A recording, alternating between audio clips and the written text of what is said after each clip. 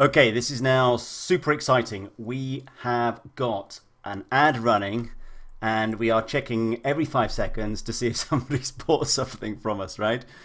Now, so what do we do now? We've got these two ads running and we want to know how long to run them for and, how do we decide whether they're performing right or, should we stop them? Should we carry on? Should we increase our budget?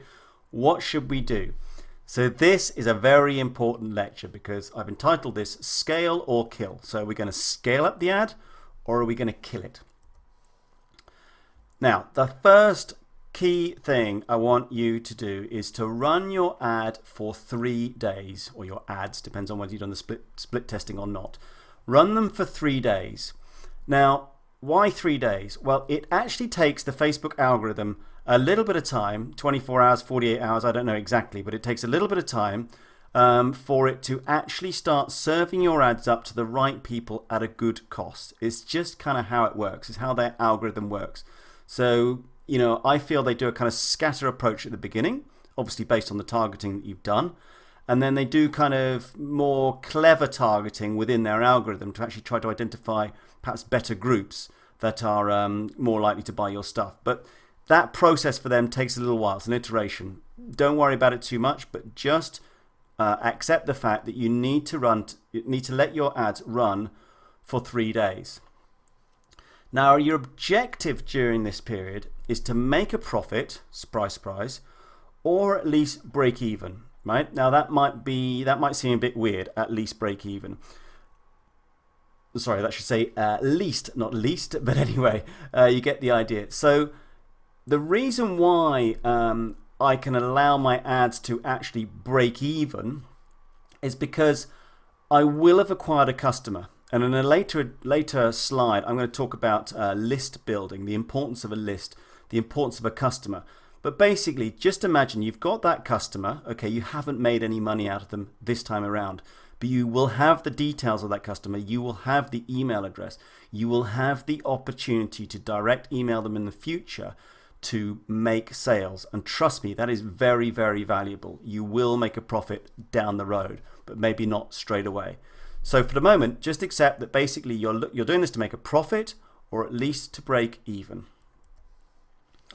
Now, the reality is that not all of your ads are going to generate sales. Okay, so don't expect for one moment, you might get lucky, your very first one starts to generate sales and you've got, an embarrassment of riches.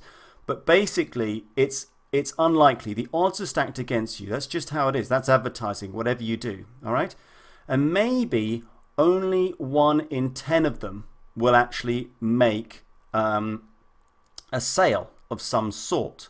Okay, so what we want to do is, if after 3 days an ad is not performing, i.e. we've not made a profit or we've not broken even, we want to kill it. Okay, we just want to stop that ad. And I would suggest being brutal about it. Okay, that's certainly what I do. Some people will go down the path of saying, well, it didn't quite work. Maybe we should change, our targeted audience a bit. Or maybe we should change another thing on the ad, the photo, whatever. Personally, in my experience, you can go a little bit mad with that. What I tend to do is just say, okay, stop.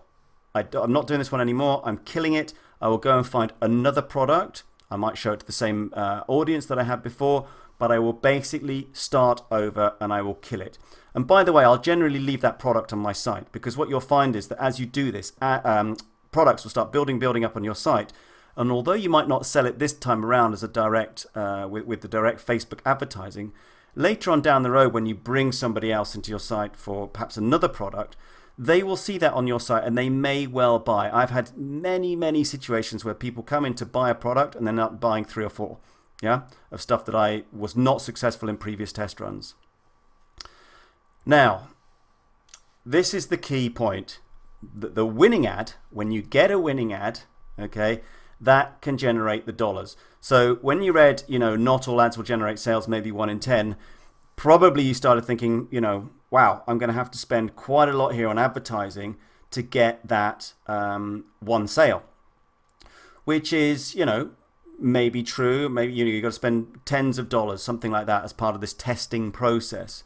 But when you get that winning ad, trust me, that's when the fun starts, because that's the one that can generate, hundreds, sometimes thousands. I don't want to get you overexcited about this, but if you get the right ad matched up to the right audience, that's going to pay for all of the rest multiple times over, and that is where you're going to really build your business.